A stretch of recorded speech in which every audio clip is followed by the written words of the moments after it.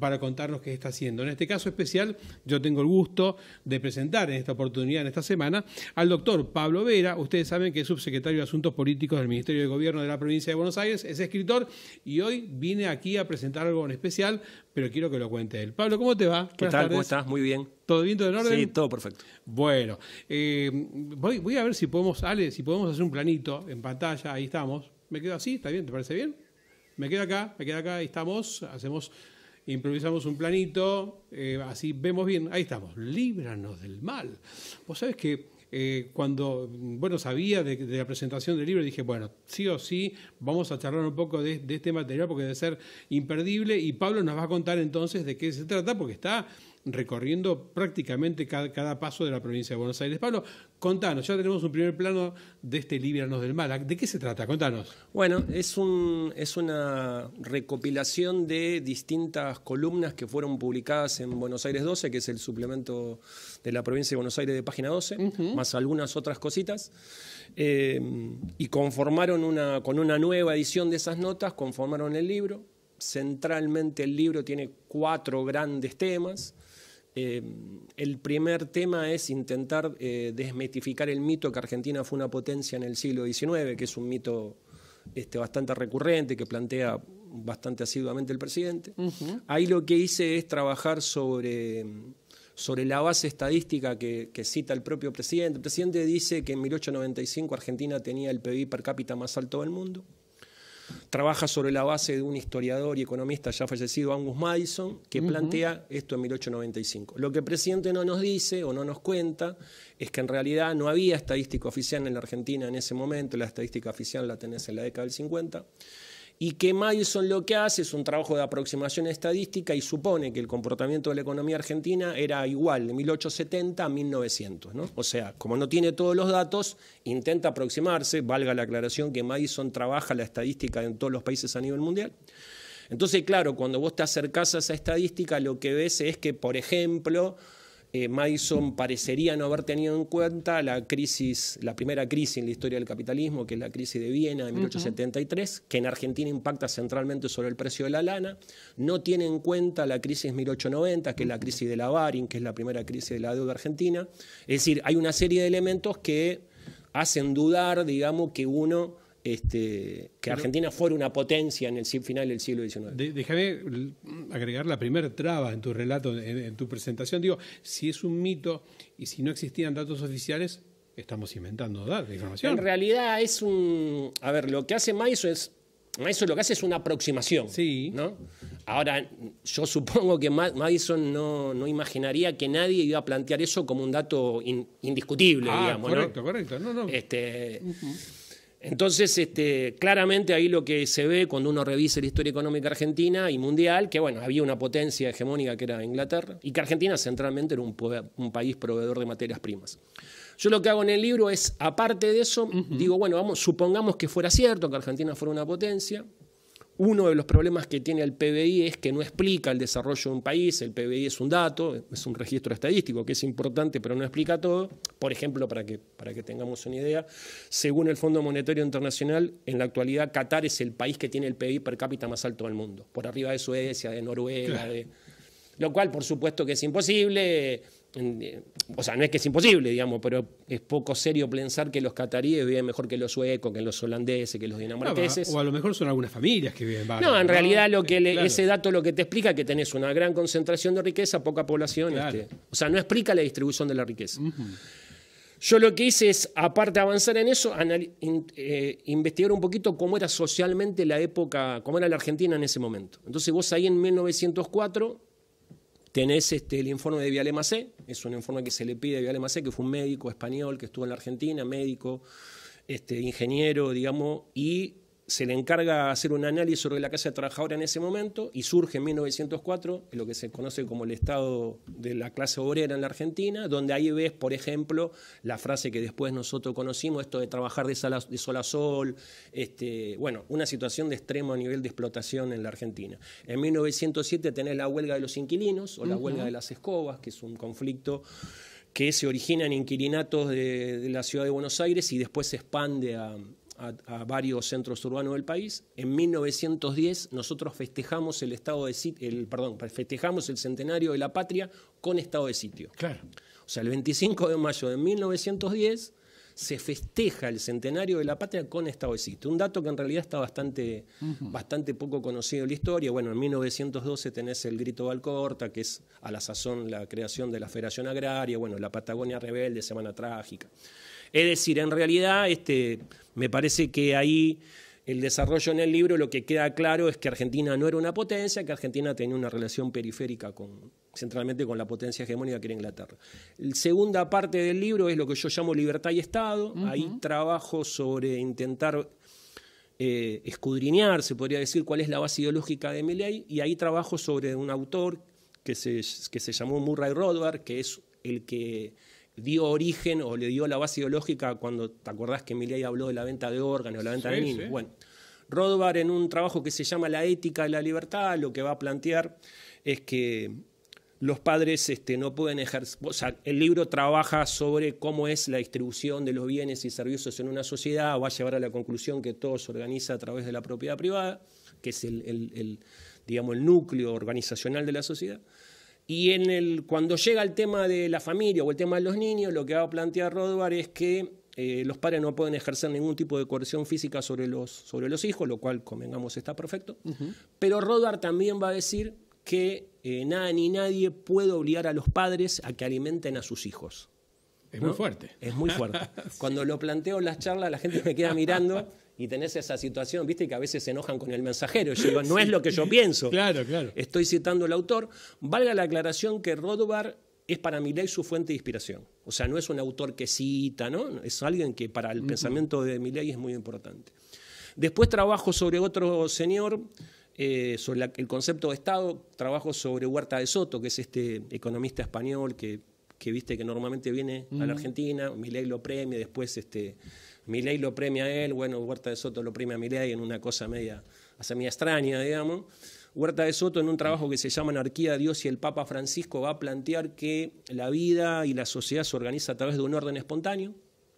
Ese orden espontáneo maneja y organiza la sociedad, y que hay un orden espontáneo en el mercado. Y que ese orden espontáneo en el mercado se altera cuando interviene el Estado. Luego de un desarrollo teológico, lo que Huerta de Soto va a concluir que el Estado que altera el orden espontáneo es una creación del maligno. Textual de Huerta de Soto. Por eso lo menciona él. Efectivamente. ¿Es cierto? Cuando Milei dice que él es un topo que está dentro del Estado para destruirlo, parte de la base ideológica es Huerta de Soto. Yo digo esto, ¿no? Cuando encaraste este trabajo, ¿qué fue lo que te llevó? Vos dijiste, ¿será cierto todo lo que él dice? ¿Qué te empujó? Mirá, me empujó, yo empecé en el año 2022 unas charlas desde la Escuela de Gobierno del Ministerio de Gobierno de la provincia, unas charlas recorriendo el interior de la provincia, unas charlas que daba yo sobre historia de los modelos económicos en la Argentina, ¿no? De la época colonial a la actualidad. Y en una localidad, General Alvarado, que nosotros conocemos por Miramar, Miramar, General Alvarado, una señora cuando estaba terminando la charla se me acerca y me dice, qué lástima que, era 2022, qué lástima que mi hijo y el amigo de mi hijo no vinieron a la charla porque ellos piensan votar a Milei. No mi hijo, dijo la señora, en realidad el hijo iba a votar a Milei. Claro. Y le daba, creo que vergüenza o no sabía cómo encarar el tema de eso. Después estuve en otra localidad y en otra, entonces yo ya comencé a ver que el fenómeno de Milei, a diferencia de lo que yo creía, no era un fenómeno del área metropolitana, sino que era un fenómeno expandido. Yo paralelamente venía haciendo una historia sobre el pensamiento económico, o historia del pensamiento económico, o sea que yo tenía un enganche por ese lado. Así que ahí me puse a ahí me metí a estudiar la Escuela Austríaca de Economía, que es la escuela que reivindica el presidente, y la base ideológica, es decir, a los que para algunos era un loquito, yo lo que humildemente me estaba dando cuenta que independientemente de las actitudes que podían ser de una persona con algún desequilibrio, había una base ideológica profunda, a mi criterio con un nivel de crueldad tremendo. Y bueno, después, a medida que se fueron acercando las elecciones, profundicé el estudio sobre el personaje y básicamente sobre los autores que reivindicaba, porque aparte lo que tiene es que los va citando, va diciendo, bueno, en el caso de Rothbard, es mi fuente de inspiración. Milei va a decir en uno de sus libros casi como que le abrió la vista al mundo, que cuando descubre a Rothbard es como que se le abre toda una mirada nueva sobre la organización de la sociedad y la economía. Bueno, así que eso fue lo que a mí me metió, ¿no? Que ver que eso no era solamente un fenómeno que podía ser televisivo, sino que había ahí algo atrás que a mi criterio había que estudiarlo. Probablemente no imaginaba que iba a llegar a ser presidente, para serte franco, pero sí que había ahí un fenómeno. Y bueno, y me motivó a ponérmelo a estudiar, digamos, ¿no? O lo empalmé con el estudio que yo venía haciendo ya por mi cuenta de historia del pensamiento. Digo, no solo fue un fenómeno de comunicación para los jóvenes novedoso de tipo TikTok, sino que ya los jóvenes, ¿qué vieron en él como para poder tomarlo? Porque los jóvenes fueron los que más se acercaron a él, ¿no es cierto? Sí. Yo siempre pensé que él tomó esta idea y esta posibilidad de acercarse de otras formas, con otros instrumentos a los chicos, que la política tradicional no lo hacía. Yo pensé que había entrado por ese lado. Yo creo que sí, yo creo que también. O sea, creo que poca gente lo terminó votando en virtud de estos autores que yo fui citando, pero a mí me parece importante estudiarlos porque te dan como una orientación para más o menos hacia dónde va. No, yo coincido con vos. Yo creo que los jóvenes vieron en él un elemento disruptivo, vieron algo que como que rompía el molde. Sobre todo una sociedad con un nivel de hartazgo importante. O sea, recordemos 4 años del gobierno de Macri malos, 4 años del gobierno de Alberto de Cristina que estuvieron muy por debajo de las expectativas que la sociedad se planteaba. Bueno, ese hartazgo se expresó a través de Milei, formas de alguna forma extrañas o novedosas, uno podría decir que le llegaran a los jóvenes. Ahora, a mí particularmente me parece que son la primera franja etaria que va a comenzar o que ya comenzó a abandonarlo. Cuando vos analizás las elecciones en la Ciudad de Buenos Aires, ves que el comportamiento, o sea, un nivel de abstención alto, pero una de las franjas etarias que menos fue a votar fueron los jóvenes. Entonces, a mí me parece que ese desencanto comienza a expresarse. Pablo, quería aprovechar este tiempo también para contar, bueno, qué destinos tenés por delante en tu agenda, para que te esperen, porque bueno, aquí también vamos a anunciarle en las localidades donde vas a estar dentro de poco. Estoy este viernes, esta semana, estoy en Necochea. Es 1 de agosto. 1 de agosto estoy en Necochea. ¿En qué parte de Necochea? Voy a Necochea, voy al CET, que es un centro de estudios. El 2 de agosto el sábado 2 de agosto estoy en el Centro Cultural Pipache en Villa Gesell con el intendente, con Gustavo Barreda. Y si mal no recuerdo, el 7 de agosto voy a estar por San Miguel y bueno, y después algunas otras fechas, digamos, que estamos organizando. Y la verdad que yo disfruto enormemente la presentación de los libros, no por escucharme a mí, porque yo ya estoy aburrido de escucharme, pero sí porque puede llegar a ser un disparador para escuchar a los vecinos, a las vecinas que se acercan al libro. El libro está escrito con el idioma más llano posible, tratando de ser divertido, manejo y trato de empezar a contar una historia. Te puedo contar, qué sé yo, un cuento y engarzo el cuento con una historia que me interese contar sobre historia económica o la actualidad, o sea, no un libro de historia económica o de economía pesado, digamos, ¿no? Sino algo mucho más llevadero. Atractivo. Por lo menos pretende serlo. Déjame sacar una duda, nos quedan 3 minutos y pico, más o menos, ¿no? Ale, ¿cuánto tenemos de tiempo para terminar la nota? Estamos bien, bueno. Cuando él habla de destruir al Estado, ¿no? En distintas etapas, me imagino. ¿Vos tenés idea hasta dónde él considera que debe llegar en la destrucción del Estado? ¿Vos te lo imaginás? Mira, yo creo que eso ya es parte de una consigna que para mí, con el caso Libra, que yo lo he utilizado, digamos, para poner el título del libro, para mí ya con eso, la virginidad del pensamiento libertario para mí ya se terminó, digamos, ¿no? Porque, digamos, él dice destruir el Estado en algunos aspectos o algunas herramientas que tiene el Estado. Cuando el gobierno asume, hay una brutal devaluación, una decisión de política económica, intervención del Estado. Cuando interviene en el tipo de cambio, o sea, en el mercado cambiario, interviene el Estado. Cuando Milei, digamos, no homologa o pone en apretos algunos convenios laborales, se está utilizando el Estado. Es decir, para algunos sectores hay una actuación hegemónica del Estado y para otros, digamos, vinculados centralmente a determinados grupos de interés privados, obviamente el libre albedrío. Te preguntaba esto también porque hay una serie de indicaciones o de medidas a privatizar una serie de empresas importantes del Estado. Digo, en una de esas, ¿no? Uno sabe, bueno, mira, este es el límite a lo mejor, ¿no? Pero no se sabe todavía nada de eso. No, yo creo que en el caso de lo que está anunciado, yo creo que es que el problema es que la ley base es, desde mi punto de vista, más allá que yo creo que es absolutamente anticonstitucional, es una modificación de la estructura económica argentina, y ahí claramente vas por la privatización de algunas empresas. Argentina, la verdad que tiene una memoria bastante triste con respecto a la privatización de empresas que brindan servicios públicos. Ojalá que no pase. Mucho para mí va a depender también del resultado electoral de octubre de este año, ¿no? Septiembre en el caso de la provincia de Buenos Aires y octubre a nivel nacional. Me parece que ahí también hay que ponerle un freno. Y también hay que poner freno a algunas actitudes, a mi criterio, absolutamente antidemocráticas, de violencia. La Argentina tiene una historia, digamos, que la violencia política no nos ha llevado a buen camino. Me parece que hay que... Pero bueno, el ataque al periodismo realmente es notable, como ataca a periodistas, digamos. Entonces me parece que hay que ponerle un freno, y bueno, el freno es, aparte de la organización y de la movilización de la sociedad, es en las urnas, digamos. ¿Vos considerás que va a haber una segunda edición de Líbranos del Mal? Seguramente. La verdad que Milei, digamos, para los que nos gusta escribir, sí. Lo que nos gusta escribir, en ese sentido, es muy generoso Milei, porque permanentemente genera temas para escribir.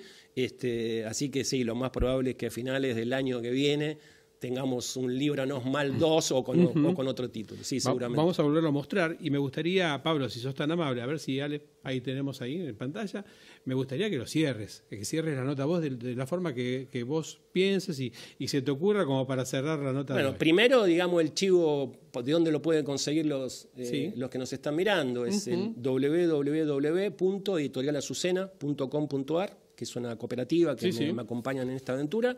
No, y digamos, yo creo que es importante es que nos permita, digamos, la convivencia democrática, que nos permita el intercambio de ideas respetuosamente, digamos. El libro lo que básicamente intenta es ir a la base ideológica.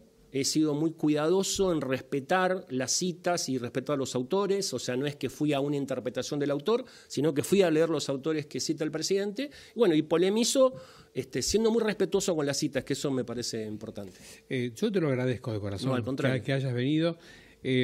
También a mí me gusta, en el cierre de esta nota, digo, qué importante es que hayan investigadores de esta naturaleza también, que vayan a averiguar, porque más allá de quién fuera el presidente, los relatos también dan la impresión de que fuera todo absolutamente con verdad, tipo escribanía, y cuando hay escritores, periodistas que investigan, que abordan distintos temas, te das cuenta de que es posible que haya sido un mito y que no esté sustentado en información fidedigna, como es el caso de Pablo Vera. Pablo, gracias por todo. Al contrario. Sos muy gentil y que tengas mucho éxito en tu gira. Bueno, te agradezco, muy amable. Buenos Aires hoy está a disposición. Gracias. No, por favor. Ale, llévalo el programa. Vamos a la tanda comercial y yo lo despido a Pablo, ¿sí? Dale. Uno está solo.